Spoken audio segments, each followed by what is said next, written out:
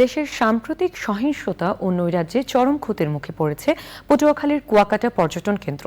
অস্থিতিশীল পরিস্থিতিতে ইন্টারনেট দূরপাল্লার সড়ক যোগাযোগ বিচ্ছিন্ন হয়ে পড়ায় সেখানে পর্যটক যাচ্ছেন না।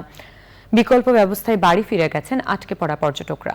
লোকসান গুনতে হচ্ছে হোটেল, মোটেল ও রেস্তোরাঁ সহ পর্যটন সংশ্লিষ্ট বিভিন্ন ব্যবসা প্রতিষ্ঠানের মালিকদের। এনায়েতুর রহমানের রিপোর্ট। সাগরকন্যা কুয়াকাটা সৈকতে এখন পর্যটকের কোলাহল নেই। নানান সংকট দুর্ভোগের পর স্থানীয় প্রশাসনের সহায়তায় সবশেষ আটকে পড়া 150-রও বেশি পর্যটককে সেনাবাহিনী উদ্ধার করে গত মঙ্গলবার বিশেষ নিরাপত্তায় ঢাকায় পৌঁছে দেয়। উদ্বেগ উৎকণ্ঠা কাটিয়ে বাড়ি ফিরতে পেরে স্বস্তি প্রকাশ করেছেন তারা। ওখানে একটু সমস্যা হয়েছিল, আমাদের টাকা পয়সা শেষ হয়ে গেছিল, বিকাশের মাধ্যমে টাকা আনছি। আলহামদুলিল্লাহ এখন ভালো আছি। ওনারা ঠিক আমাদের বাসায় পৌঁছেছে।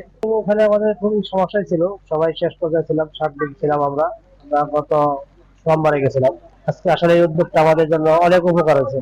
ভাবতে পারিনি যে এত তাড়াতাড়ি যেতে পারবো। অনেক দুর্ভোগের ভিতর ছিলাম, বাট যেতে পেরে আমি অনেক খুশি।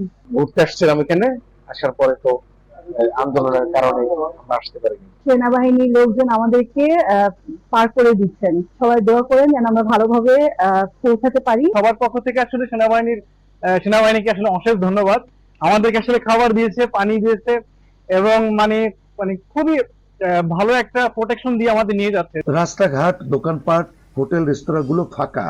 পর্যটক না থাকায় সৈকতের অধিকাংশ প্রতিষ্ঠান, ভাসমান দোকান ও বিনোদন কেন্দ্রগুলো বন্ধ। ছাত্র আন্দোলনের কারণে 10 দিন ধরে কুয়াকাটা একদম ফাঁকা, কোনো টুরিস্ট নাই বলতেই চলে। তার উপরে কারফিউ, বেচা কিনা নাই, কোনো পর্যটক নাই, শাটডাউন, কারফিউ চলতে আছে। ছাত্র আন্দোলন গেল, এরপরে হলো আপনার কারফিউ জারি শুরু হয়েছে। হ্যাঁ, এরকম একটা মহামারী অবস্থার মধ্যে আমরা আসছি। পর্যটক যারা ছিল তারা কিছু বিকল্প রাস্তায় চলে গেছে। এখন কুয়াকাটা পুরো ফাঁকা, জনশূন্য। বর্তমান দেশ একেবারেই শূন্যের কোঠায়। আশা করি ইনশাল্লাহ এগুলো কেটে গেলে আবার দেশটা আসবে। আমরা পর্যটক আসবে, পর্যটকদের আমরা নিরাপত্তা দিয়ে বরিশাল জেলা আমাদের থানা পার করে দেব ইনশাল্লাহ। আর কোনো সমস্যা নাই এবং ঢাকা পর্যন্ত যেতে পারবে। করোনা মহামারী পরবর্তী সময়ে এমন অচল অবস্থা আর দেখেনি কুয়াকাটার মানুষ। অচিরেই দেশে শান্তিপূর্ণ পরিবেশ ফিরে আসবে। পর্যটকের আগমনে চাঙ্গা হয়ে উঠবে কুয়াকাটা পর্যটন কেন্দ্র, এমনটাই প্রত্যাশা করছেন সংশ্লিষ্টরা। পটুয়াখালীর কুয়াকাটা সৈকত থেকে এনায়েতুর রহমান, চ্যানেল আই।